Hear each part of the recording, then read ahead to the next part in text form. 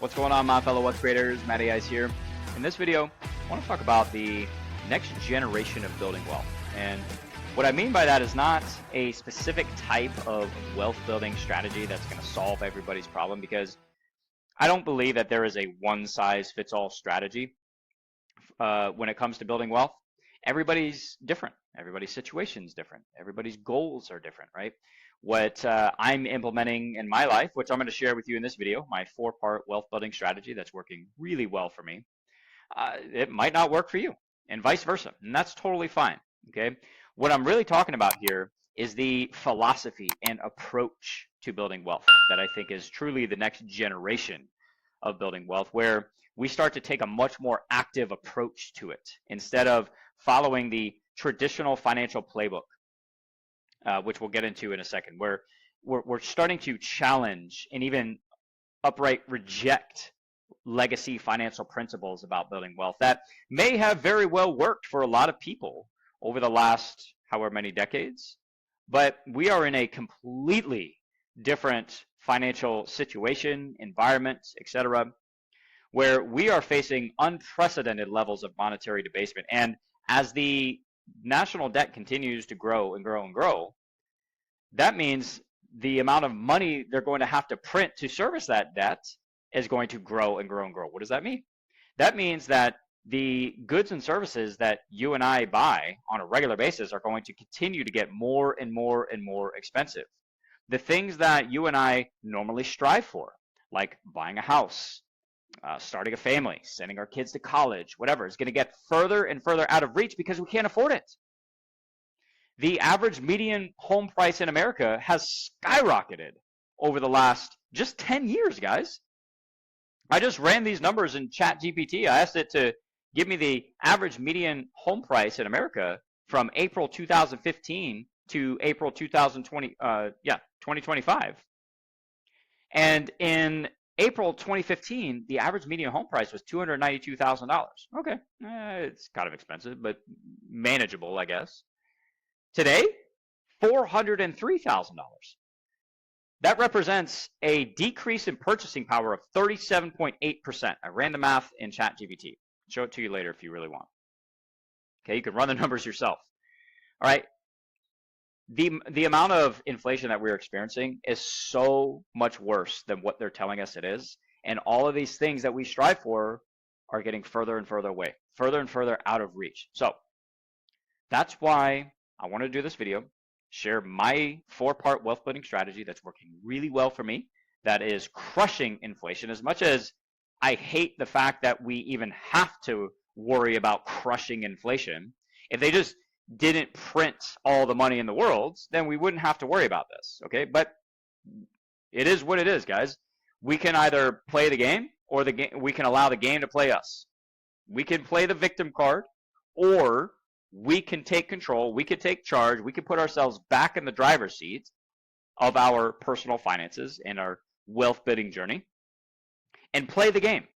And here's the thing, the game's not necessarily super difficult. It's not super complicated. We just have to commit a little bit of time to learning various different financial strategies and different asset classes and how they work and how we can combine them maybe to build an effective wealth building plan that's going to accelerate the wealth building process in our lives, not just to achieve our financial goals faster, which is great, okay, but also just to survive at this point. You go to the grocery store, not even just the grocery store, just whatever goods and services you normally buy, everything is so much more freaking expensive, even as you, quote unquote, make a little bit more money, okay? If you're not keeping up with the true rate of debasement of the currency, which is not the CPI number they give us every single month, guys. I think as I record this, it's jumped back up to 2.7%. That's BS. That's a BS number, guys. Let's be real. It doesn't include food and energy. They've manipulated that number so many times. The true amount of monetary debasement is what we need to be concerned with, okay? This is a chart that I got from ChatGPT. I even asked for the average rate of debasement per year for the last 30 years. This is 25 years on this chart, but the last 30 years is 6.15%. But on this chart, you could see just the incredible amount of money that is being injected into the system. This is how much money they're printing, guys. This is the M2 money supply. If you want to get a true, accurate representation of inflation, look at the money supply. 6.41% per year on average over the last 25 years. That means if you're not earning an average of 6.41% every single year, that you are falling behind. Here's the thing, 6.41% every single year is important in this scenario, but even if you're earning more than that, how much were you able to contribute to the asset to earn that? Because if you're only contributing 100, 200 bucks a month to a 401k, an IRA, or whatever, is that really moving the needle? Are you really keeping up with inflation? I mean, it's certainly better than nothing.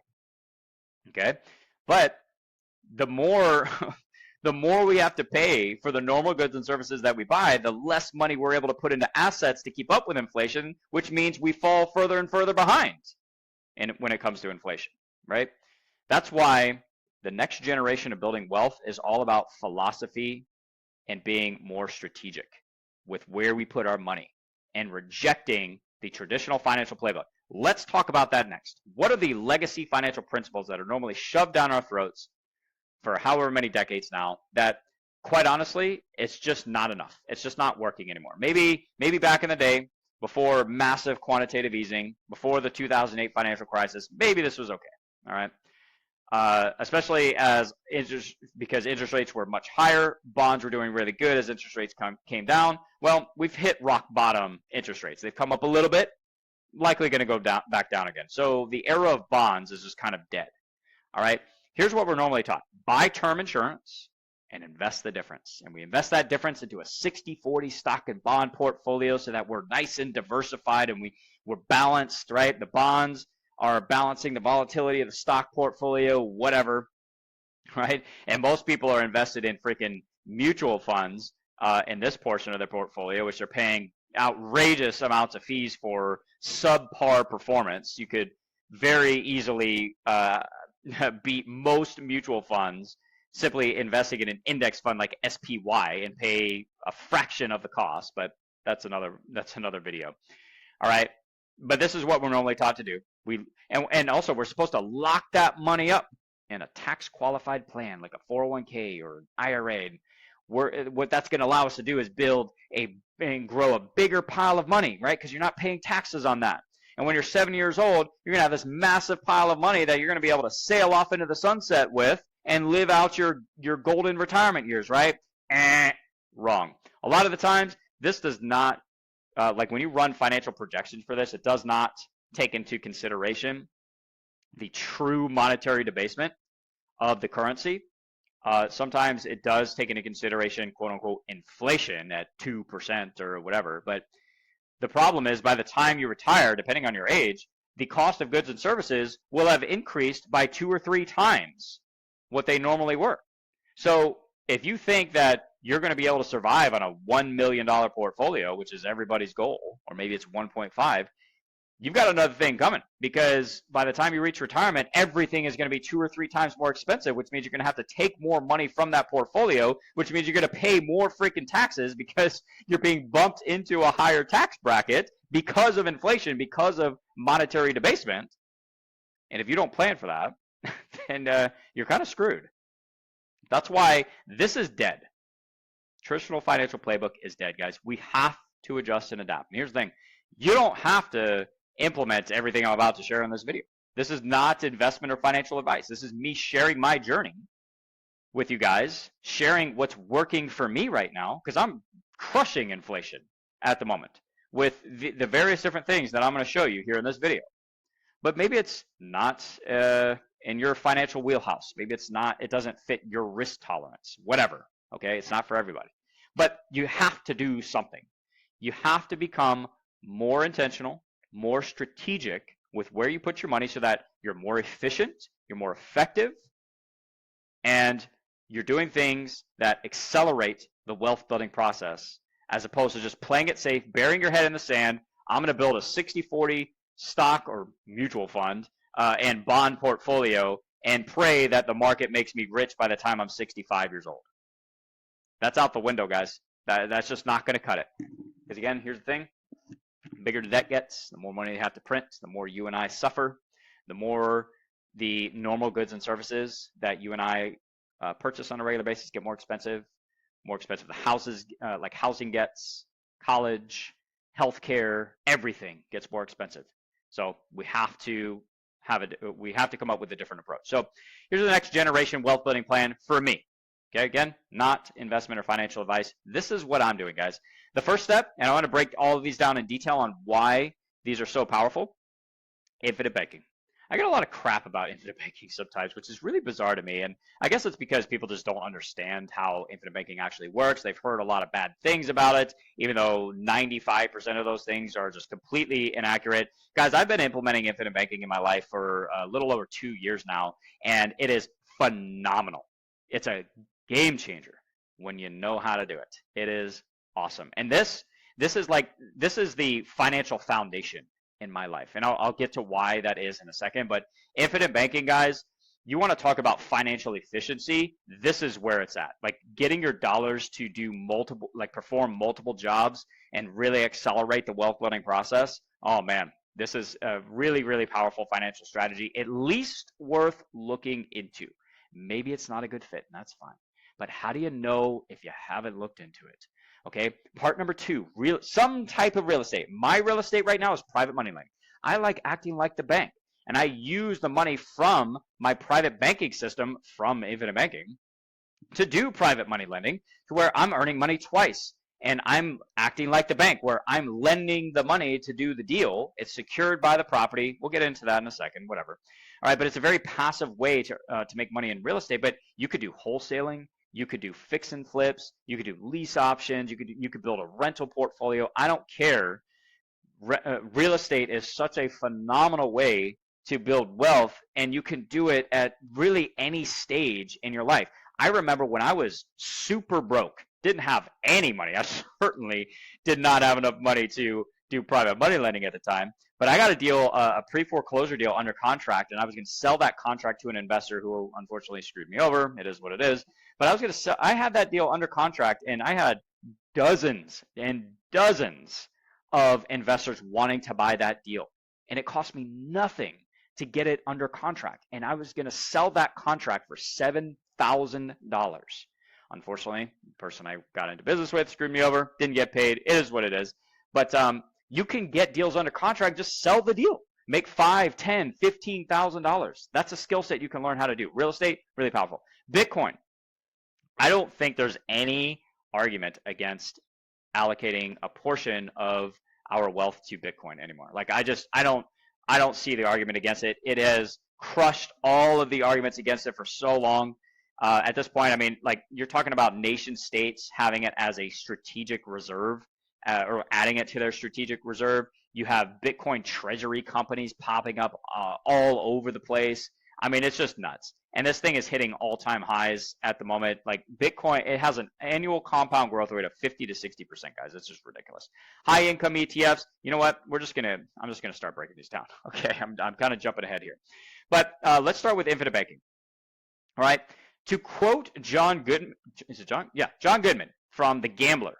If you guys haven't watched that movie with John Goodman and Mark Wahlberg, The Gambler, I highly recommend it. But there's a part in that movie where he talks about the fortress of fucking solitude, right? It's basically being in a position of fuck you, okay?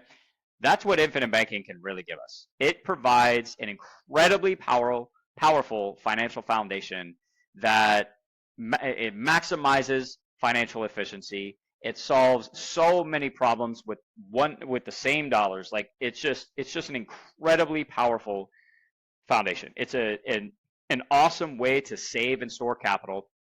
We get uninterrupted tax-free compound growth in the policies that we utilize to implement the strategy. We're able to borrow against it to do part 2, which I'm about to get to here in a second with private money lending and real estate, etc.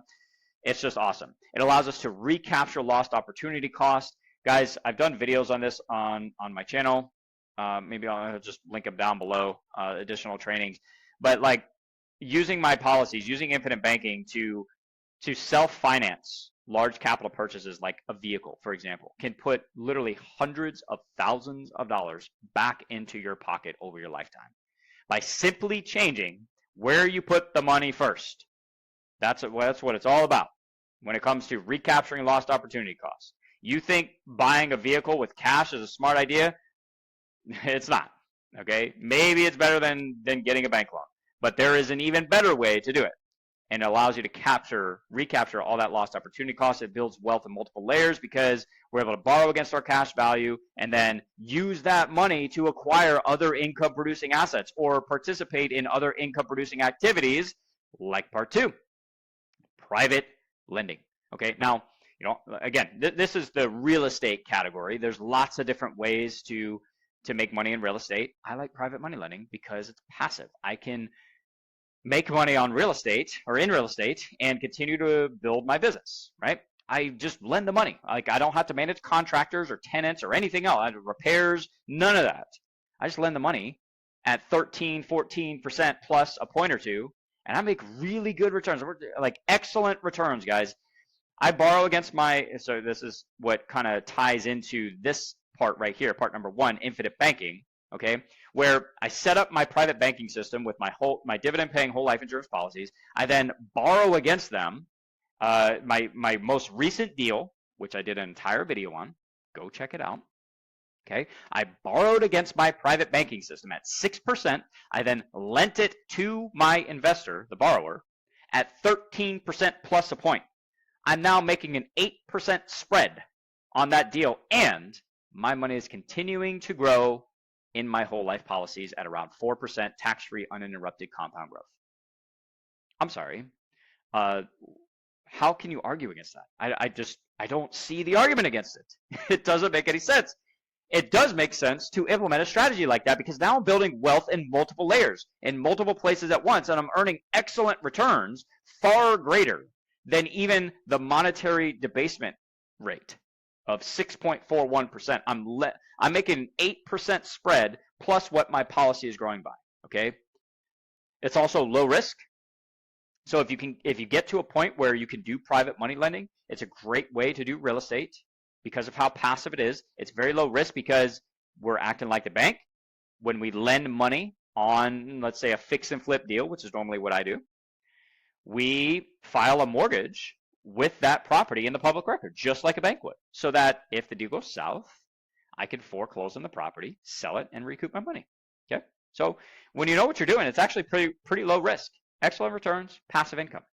All right, step number 2. So far, we're crushing inflation at this point. We have a really strong financial foundation. We're maximizing financial efficiency. We're recapturing lost opportunity costs. We're building wealth in multiple layers because my policies are getting uninterrupted tax-free compound growth. Very good, effective, safe place to save and store capital. And then now I'm using the money in the policy to now lend out on real estate. Okay, so now I'm building wealth twice here and making really good returns when I lend the money out or do something in real estate. Okay, so far so good. Step number 3, Bitcoin. Why Bitcoin? Well, I don't know how you can argue against Bitcoin at this point, like I was mentioning earlier. At this, like right now, it has a compound annual growth rate of 50 to 60%, depending on the time frame that you look at. If you're looking at it from inception or the last 10 years, like when it really started to take off, whatever. Compound annual growth rate of 50 to 60%. The last time I checked, that is significantly higher than the monetary debasement rate of, our average rate of 6.41%. And like I said, how do you argue against it at this point? It is far less risky to invest in Bitcoin now than it was just a couple of years ago. Now with the new administration coming in, all the regulations and new laws that they're passing to accelerate the adoption of Bitcoin and other cryptocurrencies, I mean, we're seeing massive worldwide adoption of nation states. We're talking about countries establishing a strategic Bitcoin reserve, guys. Like countries are accumulating this thing. States, there's dozens of states just here in the U.S. that are passing legislation to establish their own strategic Bitcoin reserve. You have companies establishing Bitcoin treasuries, like using Bitcoin for their treasuries. It's just insane. Like the adoption of Bitcoin is just skyrocketing. Okay. Next thing, it has a fixed supply. There will only ever be 21 million. If you understand just the basics of economics and supply and demand, when you have a limited supply of something that is in very high demand, what happens to the price? It skyrockets, guys. And that's why you have 50 to 60% compound annual growth rate. Okay, and you know what? This might come down a little bit over time as volatility reduces because it gets more and more adoption. But I truly believe it. Again, this is just based on math. We will see $1 million Bitcoin and higher, just based on the simple laws of supply and demand. That's it. And here's the thing, guys. It crushes the stock market. Now, here's the thing. Nothing necessarily wrong with the stock market other than that it's severely overpriced. When you look at price to earnings ratios and things like that, I mean, it's pretty overbought. But that is a result of all of the money printing, of all the monetary debasement, because those dollars have to find a place to live, a place to flow into. Where does it flow? It flows into assets like stock market, like real estate. That's why you see the stock market and the real estate market, the valuations, the prices of these assets just skyrocketing because of all the money that they're printing, right? But here's the thing. With Bitcoin, it crushes the stock market. So nothing wrong with the stock market, but if the average rate of return, let's say, for the stock market over the last 30, 40 years is 8 to 10%, 11%, whatever, okay, that's beating inflation. And we'll talk about that in a second. That's my next slide. But shouldn't we maybe have some portion of our portfolio in an asset that does 50 to 60% per year? I mean, and that's being adopted by nation states right now, is at least something to consider. Okay, this crushes the stock market. Now, that doesn't mean we shouldn't invest in the stock market, but maybe we should rethink, again, reevaluate how we invest in the stock market. Maybe the way that we invest in the stock market is quite a bit different than what we've been normally taught to do, like buying mutual funds and putting our money in 401ks and stuff like that. Maybe we explore something like high income ETFs. This was a game changer for me. I'm really excited about these because we're earning a yield of 10 to 14%, depending on the income ETF that you purchase. Again, want to be clear, not investment or financial advice, guys. This is just what I'm doing. All right, Neos Funds. All right, if you go to, let's actually pull it up, neosfunds.com. All right, this is a very interesting management company here. They're absolutely crushing it. Here's here's the high income ETF that I am allocating a position to in my Roth IRA, so I don't have to worry about frickin' taxes later on. It's amazing to me that people think they can predict what taxes are going to be in 30 years. Like, oh yeah, you're going to get tax break by investing in your 401k because you're going to be in a lower tax bracket in 30 years. How do you know that? You don't. Okay, I'd rather just not have to worry about taxes. Love the Roth IRA. I don't like the limited amount you can put into it, but whatever. Anyways, SPYI, distribution rate of 12.15%. Okay, so this is absolutely something worth looking into, guys. I've done multiple videos on my channel about why I'm a big fan of high-income ETFs like this that implement a covered call strategy. It's focused on generating income by selling, well, not just selling, but a covered call strategy on the S&P 500 index. It pays out every single month. Its goal is to pay out 1 to 1.5% every single month. Here's the powerful thing, guys, is first off, we're generating income right away. When you invest in the stock market, the way that most people do is in order to generate income from that investment, at some point later on down the road, you're going to have to sell those assets. Okay, maybe they pay a little bit of dividends, like 1 or 2%, whatever, okay? But if you really want to generate income from it, you have to sell those assets. So now you're selling an asset, which is not something that the wealthy do, okay? You don't want to sell assets. You want to maintain your assets and continue to acquire assets and then maybe borrow against them, okay? But that's a different conversation.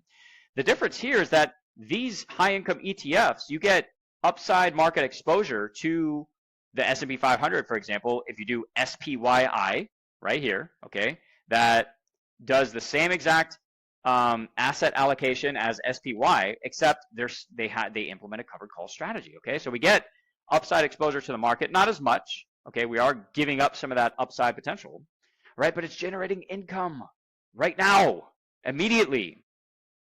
Okay, and what can I do with that? I can now reinvest that income to acquire more shares. So not only am I acquiring shares every single month, for example, just dollar cost averaging, maybe I'm contributing 10 to 15% of my paycheck every single month to this particular asset. Okay, but now I can actually use the income that's being generated, which is a 12.15% yield right now, and I could reinvest it every single month to acquire more shares. Guys, put this into a compound interest calculator and see what the numbers turn into. Okay, at 10 to 12% every single year, just continuing to reinvest that income every single year. Okay, in 20, 30, 40 years, you're looking at a substantial portfolio that you do not have to sell. Because at that point, hopefully, assuming it's still around, so it's unless the S&P 500 and the options market just completely disappears, I don't see why this wouldn't be around. Okay, but barring the absolute worst case scenario, you don't have to sell the asset anymore because it's generating 10 to 12% yield. That's now an income stream for you in retirement. And you don't have to sell your assets in order to do it. You don't have to time the market. You don't have to create taxable events, right, by selling assets. It's just so much more efficient, guys. And like I said, you're acquiring an income producing asset right now that you don't have to sell later on down the road. Okay, so again, just call me crazy, but I just think these make so much more sense than what we've been normally taught to do. So here's the conclusion, guys. I want to wrap this up because this video is long enough, and I've been ranting long enough. Okay, here's the thing: commit to your financial education, guys. You don't have to do anything that I talked about in this video. Find what works for you, because I can almost guarantee you that if you do a little bit of research, you will find something that does far better than what you've been normally taught to do by the traditional financial playbook of burying your head in the sand, put a little bit of money into your 401k and mutual funds and bonds, and you're going to be just fine. Wrong. Probably not going to happen. Okay. Learn about different financial strategies and asset classes. See what works for you. Develop a plan that works for you guys. That's what I've done here. That's why I wanted to share it with you, because it's absolutely crushing it for me right now. As frustrated as I am with inflation, I hate the fact that they print money into oblivion. It is what it is. I'm not worried about it though. I'm pissed off about it, but I'm not worried about it because I have developed a plan that works really, really good for me, and I'm smoking inflation right now. I'm smoking monetary debasement right now. Okay, so find a plan that works for you so that you can stay ahead, you can achieve your goals, and provide the lifestyle that you want for yourself and your family and friends. Okay, so I hope that was helpful, guys. Would love to hear your feedback. Drop some comments down below, and I will talk to you in the next one. To your success, Mighty Ice is out.